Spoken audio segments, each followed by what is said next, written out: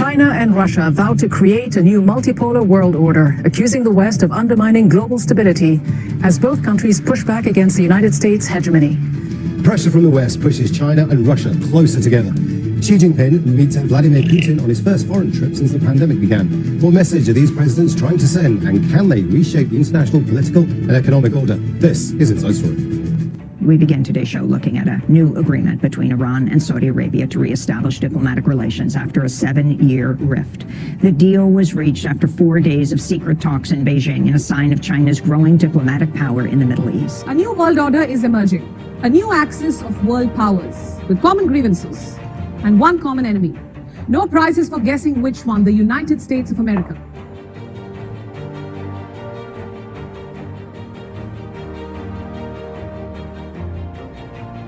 Global order या disorder, बहुत समय से हम ये देख रहे होंगे कि इंटरनेशनल पॉलिटिक्स में बहुत सारी ऐसी घटनाएं हो रही हैं जो अप्रत्याशित है, जैसे शी जिनपिंग का रशिया का विजिट, जैसे सऊदी ईरान के बीच में पार्टनरशिप जो चाइना द्वारा करवाई गई, जैसे रशिया यूक्रेन क्राइसिस जो 1 साल से भी ज़्यादा वक्त हो चुका है, अभी तक चल रहा है और उसके वजह से दुनिया में बहुत तरह की किल्लतें आ रही हैं, बहुत तरह के शॉर्टेजेस आ रही हैं। क्यों रशिया अब बाकी सारे पावर्स जो कि इस्टेब्लिश पावर्स था, यूएसए, ग्रेट ब्रिटेन, फ्रांस या जर्मनी, इनकी बातें नहीं मान रहा है? आखिर ऐसा क्या हो रहा है कि बहुत सारे देश, चाइना भी उनमें से एक देश है, ये अब इस्टेब्लिश्ड पावर्स की बातें नहीं मानते हैं? इस बीच में बहुत सारी और भी ताकतें हैं, जैसे ब्राज़ील, हमने इजराइल का भी रवैया देखा यूएसए की तरफ, हमने और भी बहुत सारे देश हैं जिनका रवैया देखा है यूएसए की तरफ और ग्रेट ब्रिटेन की तरफ या फ्रांस की तरफ। फ्रांस में भी हम देख रहे हैं कि फ्रांस में भी बहुत तरह की प्रॉब्लम्स चल रही हैं, उनके यहाँ डोमेस्टिक प्रॉब्लम्स हैं, हड़तालें चल रही हैं, वो खुद भी अपने बहुत सारे इंटरनल प्रॉब्लम से जूझ रहे हैं। क्यों अब इन देशों की बातें बाकी सारे देश नहीं मान रहे हैं? हम इन्हीं को समझने की कोशिश करेंगे। तो आज का हमारा विषय है ग्लोबल ऑर्डर या डिसऑर्डर, जिसको बदल के मैंने कर दिया है क्योंकि मैं आप लोगों के सामने ये टॉपिक इसी तरह रखना चाहता हूं और आप इसी तरह समझे भी कि दुनिया एक बदलाव की तरफ है, एक ट्रांजिशन की तरफ है। तो हमें बहुत सारा केओस, बहुत सारा डिसऑर्डर देखने को मिलेगा देशों के बीच में, और ये डिसऑर्डर बहुत ही वाजिब है क्योंकि अब नई शक्तियां जैसे China, India, Brazil, south Africa, अब ये अपने आप को इम्पोज कर रहे हैं इंटरनेशनल रिलेशंस में, और इसीलिए हमें एक संक्रमण काल, जिसको हम इंग्लिश में ट्रांजिशन पीरियड बोलते हैं, वो देखने को मिल रहा है, जहां पे हम ये देख रहे हैं कि ग्लोबल रूल्स मैकेनिज्म्स बदलाव की तरफ है और इस बदलाव को अमेरिकन भी समझ रहे हैं। इसीलिए बहुत सारे देश अब ये चाहते हैं कि जो इस्टेब्लिश्ड ऑर्डर रहा है उसको रिविजिट किया जाए, जो कि सेकेंड वर्ल्ड वॉर के बाद ही बनाया गया था, और अब नए तरह के रूल बेस्ड ऑर्डर की बात होनी शुरू हो गई है या नए तरह की सिस्टम की बात होना शुरू हो गई है। इवन एस्टैब्लिश पावर्स भी, हम अगर यूएसए का एग्जांपल ले, यूएसए भी नहीं चाहता है कि करंट ग्लोबल ऑर्डर इसी तरह से बना रहे। अब वो भी ये समझ चुका है कि जो उन्होंने 20वीं शताब्दी में, 20वीं सेंचुरी में जो उन्होंने रेस्ट्रेंट और आइसोलेशनिज्म की पॉलिसी फॉलो की थी, जहां पे वो बहुत सारे देशों को डेमोक्रेटिक बोल रहे थे या नॉन डेमोक्रेटिक बोल रहे थे या कम्युनिस्ट बोल रहे थे या किसी भी और तरह का पॉलिटिकल सिस्टम बोल रहे थे, वो अब समय जा चुका है। अब उनको इस रियलिटी को समझना पड़ेगा कि जिस तरह की पॉलिसी वो फॉलो कर रहे थे 1990 से पहले, वो पॉलिसी अब वो नहीं फॉलो कर सकते हैं, और इस बात को वो भी बेहतर समझ चुके हैं। इसीलिए एक बहुत अच्छा आर्टिकल है शिव शंकर मेनन द्वारा लिखा गया है कि no one wants current global order. हम यूएसए की बात नहीं कर रहे हैं, इवन कोई भी देश आज के ग्लोबल ऑर्डर को नहीं मानना चाहता है। बहुत ही अच्छा आर्टिकल है, फॉरेन अफेयर्स में आया था, आप पढ़ सकते हैं उस आर्टिकल को, आपके स्क्रीन पे आ रहा होगा। तो आज की स्थिति यह है कि कोई भी देश करंट ग्लोबल ऑर्डर को नहीं मानना चाहता है, और हम ये विटनेस कर रहे हैं क्योंकि वो नहीं मान रहे हैं। हमने रशिया को देखा, हमने चाइना को देखा, चाइना का एटीट्यूड साउथ चाइना सी पे या कहीं भी और बहुत सारे देशों में हम देखते हैं कि वो बहुत अलग तरह का अपने आप को बड़े कॉम्प्लेक्स तरीके से अपने आप को प्रेजेंट करने की कोशिश करता है, चाहे वो कोविड की जो टेस्टिंग थी या जो उसकी इन्वेस्टिगेशन थी, चाहे उसकी बात हो। अब चाइना किसी भी बात को नहीं मानता है वेस्टर्न कंट्रीज की। तो हमें ये देखने को मिल रहा है कि इंटरनेशनल सिस्टम में एक केओस है, इंटरनेशनल सिस्टम में एक तरह का हमने उथल पुथल देखने को मिल रहा है। और इसी उथल पुथल को अगर मैं गेम ऑफ थ्रोन्स, एक बहुत अच्छी सीरीज आई थी एचबीओ की गेम ऑफ थ्रोन्स, आप लोगों ने देखी भी होगी, तो गेम ऑफ थ्रोन्स पे लॉर्ड वेरिस और लॉर्ड पीटर बेरिश के बीच में एक इंटरेस्टिंग कन्वर्सेशन हो रहा है, जहां पे लॉर्ड वेरिस ये कह रहा है कि मैं केवल केओस को देख पाता हूं और केओस एक खाई की तरह मुझे दिखाई पड़ती है, chaos is a pit, where Lord Peter Baelish says that chaos isn't a pit, chaos is a ladder. Many who try to climb it fail and never get to try again. The fall breaks them, and some are given a chance to climb. They refuse, they cling to the realm or the gods or love. So only ladder is real and climb is all there is. That means this order can also be a ladder for many of the people. They can climb to the highest power position. In the very same manner, when we are talking about global disorder, a global chaos, it can be ladder for some of the countries, and that's what China, India, Russia, South Africa, Brazil, Australia, they are trying to do. They are using this chaos or disorder as a ladder to climb in the international relations, to climb above in the power matrix, so that they can also change the system according to them. So what we are witnessing, that this chaos or ladder that we see in international relations would definitely be a ladder for certain countries. तो हम जिस तरह का chaos देख रहे हैं या disorder देख रहे हैं अंतर्राष्ट्रीय संबंधों में, इस chaos को बहुत सारे देश सीढ़ी की तरह इस्तेमाल करेंगे और वो चढ़ेंगे ऊपर, और वो अपने आप को इंटरनेशनल रिलेशंस में, इंटरनेशनल पावर में सबसे ऊपर देखना चाहते हैं। और हम बाकी सारे पावर्स को अगर देखें, जो एस्टैब्लिश्ड पावर्स हैं या उनके इंटरनल डिस्टर्बेंसेस को देखें, उनकी जो पंचायती अंतर्राष्ट्रीय संबंधों में इतनी समय से चलती रही थी, अगर उसको भी देखें तो हमें यह समझ में आएगा कि अब उनकी बात कोई सुनने को तैयार नहीं है। सब चाहते हैं कि ये जो सिस्टम है, जो अंतर्राष्ट्रीय परिपाटी है, इसको बदलने की आवश्यकता है। तो आइए इन्हीं को जानने की कोशिश करते हैं, लेकिन उससे पहले मेरा परिचय। मेरा नाम है राजीव यादव और मैं पढ़ाता हूं यूनिवर्सिटी ऑफ दिल्ली में। हमने ग्लोबल डिसऑर्डर पे एक सीरीज की शुरुआत की है, जहां पे हम कोशिश ये करेंगे कि भारत का जो अपना चेंजिंग रोल है इंटरनेशनल रिलेशंस में, अंतर्राष्ट्रीय संबंधों में, हम उसको ले आए। हम यूएसए के डिक्लाइनिंग पावर को भी एनालाइज करने की कोशिश करेंगे। हम चाइना के नए अप्रोच या जो उसकी नई 24 कैरेक्टर पॉलिसी है उसको समझने की कोशिश करेंगे। हम रशिया को भी समझने की कोशिश करेंगे, जो कि 1 साल से रशिया और यूक्रेन के बीच में युद्ध चल रहा है। इस क्राइसिस के बीच में रशिया किस तरह से अपने आप को देखता है। हम रिसेंटली इजराइल और फिलिस्तीन के बीच में जो कॉन्फ्लिक्ट हुई है या उसके वजह से किस तरह के नए सर्कमस्टांसेस जनरेट हो रहे हैं, हम उसको भी समझने की कोशिश करेंगे। और हम बाकी जो क्लेमेंट पावर्स हो सकते हैं इस इंटरनेशनल सिस्टम में, जैसे south Africa, Australia, Japan, Germany, हम इसको भी समझने की कोशिश करेंगे। तो आइए शुरुआत करते हैं। लेकिन first of all, what is global order?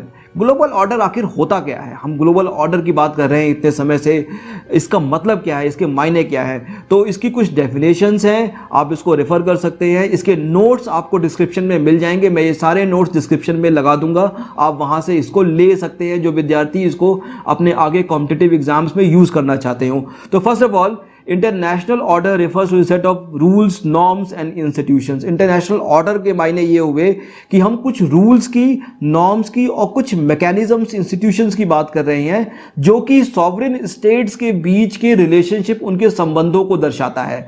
यानी कि आप इसको इस बात से समझें कि ये एक तरह के सिस्टम के हालात को बयां कर रहा है कि कुछ रूल्स एंड रेगुलेशंस होते हैं। कभी भी किसी भी रिलेशनशिप में कुछ रूल्स एंड रेगुलेशंस होते हैं कि नेशन स्टेट किस तरह से बिहेव करेंगे, दो राजनयिक मिलेंगे तो वो किस तरह की बातें करेंगे, या जब दो लोग बायलैटरल रिलेशनशिप बनाते हैं या किसी तरह का अग्रीमेंट होता है तो उनमें किन बातों का पालन होगा, और भी बहुत तरह की बातें हैं।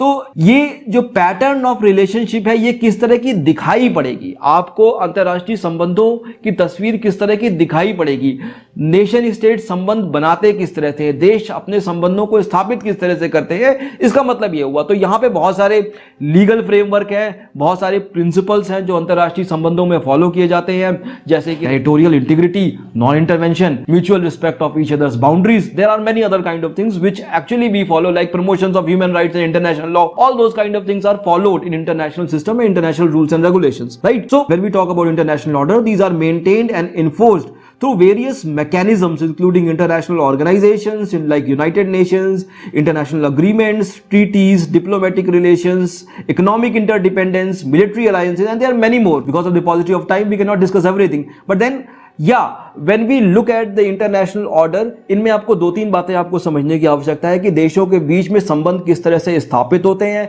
किस तरह का रूल्स, रेगुलेशंस, मैकेनिज्म्स हम फॉलो करते हैं इंटरनेशनल रिलेशंस में। जब दो देशों के बीच में कोई डिप्लोमेटिक अलायंस होता है या मिलिट्री अलायंस होता है या किसी भी तरह का अलायंस होता है, हम किस तरह से अंतरराष्ट्रीय संबंधों की तस्वीर क्या है। अब अगर इसको एग्जैक्टली हम कंपेयर करने की कोशिश करें तो इसकी हम सिमिली ड्रॉ कर सकते हैं फैमिली से। जैसे फैमिली में माता पिता, चाहे पुत्र हो पुत्री हो या कोई भी हो, फैमिली में एक स्ट्रक्चर हमें देखने को मिलता है कि हम किसी की बात सुनते हैं, हमें यह पता है कि पिता और पुत्र के बीच में इस तरह का संबंध है, इस तरह के संबंधों का पालन होता है। ऐसे ही अंतरराष्ट्रीय संबंधों में भी जैसे फैमिली में हम अलग अलग रिलेशनशिप्स को फॉलो करते हैं, ऐसे ही इंटरनेशनल रिलेशंस में भी हम अलग अलग तरह के रिलेशनशिप्स को फॉलो करते हैं। और यही इंटरनेशनल ग्लोबल ऑर्डर की परिपाटी है। यानी कि आपको अगर इंटरनेशनल ग्लोबल ऑर्डर को समझना है तो आप फैमिली को कंपेयर कर दो उससे। जैसे फैमिली में कुछ स्पेशल काइंड के रिलेशनशिप्स होते हैं, वैसे ही इंटरनेशनल रिलेशंस में भी कुछ स्पेशल तरह के रिलेशनशिप्स होते हैं देशों के बीच में, डिपेंडिंग अपॉन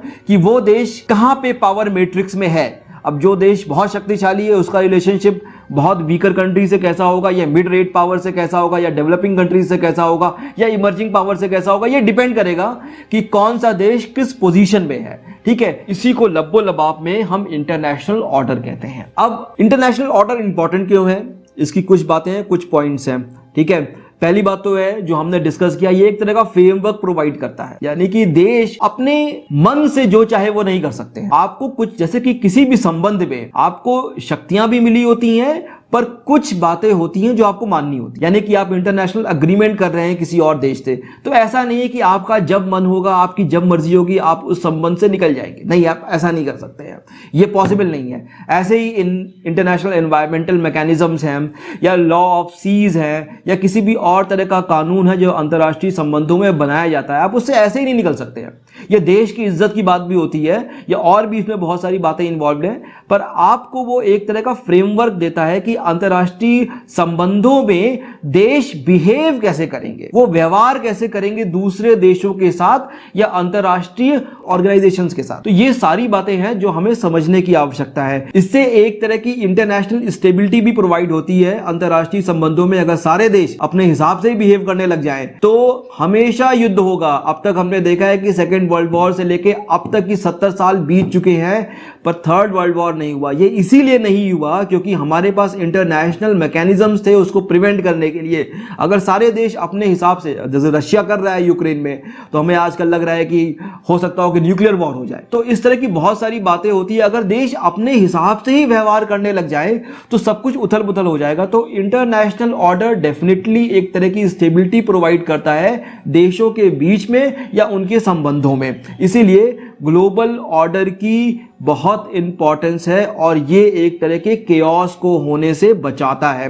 अगर हम फरीद ज़कारिया, जो कि एक एंकर हैं CNN के, आप लोगों ने सुना होगा, बेटरली ही is known as Fareed Zakaria GPS, तो उन्होंने कहा है कि पोस्ट वर्ल्ड वॉर 2 के बाद से international order was characterised by the dominance of United States and its western allies. It has been instrumental in creating more stable and prosperous world. The order has been based on a set of institutions, norms, including the United Nations, the World Trade Organization, and the rule of law, which have been helped to facilitate cooperation between nations and to prevent conflict. As Zakaria also further notes that this order is currently under threat as the rising powers as China, Russia, and other powers, they seek to challenge established norms in the international system, right? So there are many of these scholars like Robert Haas or Shiv Shankar Menon, I told you, yeah, C. Rajgopalan. There was one of the articles which came of C. Rajgopalan, which is exactly named as a global disorder Indian. I do not remember the date exactly when that article was published, right? So you can also refer to that article.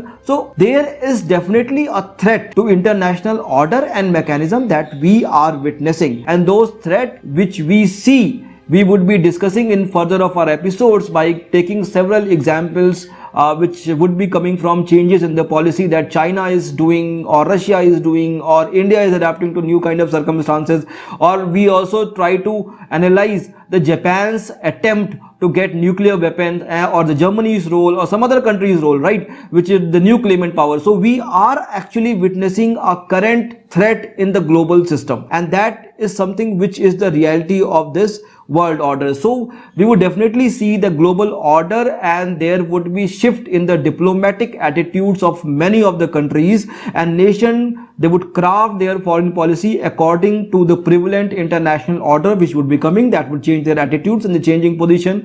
Also, that they would respond to a changing position in their global power matrix. So we are witnessing certain kind of changes in the coming few decades. Each state would definitely behave according to their place value in the global system. So in the Cold War, which was a bipolar world order, countries behaved accordingly because they knew that the global powers are either Soviet Union or USA, and that is why they were having most of the bargaining powers also at that point of time. Then there was the end of the Cold War, the unipolar world order for a shorter period of time, and now we are witnessing a multipolar global order where there are many poles or many centers of power, and these centers of powers are the newly emerging ones, and we would discuss definitely these powers separately in the next coming episode. So this was the story of global order, that what exactly global order means. So I wanted to dedicate this episode only to understand that what is a global order, why this global order is very important, and what global order do. तो ये episode केवल इस बात को जानने के लिए था कि आप ग्लोबल ऑर्डर को समझे, ग्लोबल ऑर्डर है क्या, क्यों ग्लोबल ऑर्डर में आजकल प्रॉब्लम्स चल रही हैं, क्यों global order is under threat, और जो देश ग्लोबल ऑर्डर को चैलेंज कर रहे हैं हम उन देशों को सेपरेटली अलग अलग एपिसोड्स में डिस्कस करेंगे. अगला एपिसोड हम चाइना पे ले आएंगे, उसके बाद हम रशिया पे ले आएंगे, हम लास्ट का एपिसोड इंडिया पे करेंगे कि इंडिया की फॉरेन पॉलिसी पे किस तरह के असर पड़ेंगे करंट चेंजेस जो ग्लोबल ऑर्डर में हो रहे हैं उसकी वजह से. तो आज का मेरा एपिसोड यही मैं खत्म करना चाहता हूं, और आप लोगों ने अगर यहां तक देखा है तो प्लीज सब्सक्राइब करें, कमेंट करें, लाइक करें, शेयर करें. इससे हमारे हौसले बढ़ते हैं और हमें प्रोत्साहन मिलता है कि आगे हम इस तरह के और वीडियोस बनाते रहें. जो भी मैंने आप लोगों को बताया है ये डिस्क्रिप्शन में हमने इसको अटैच कर दिया है, तो आप वहां से उसको कॉपी कर सकते हैं. थैंक यू, शुक्रिया, धन्यवाद.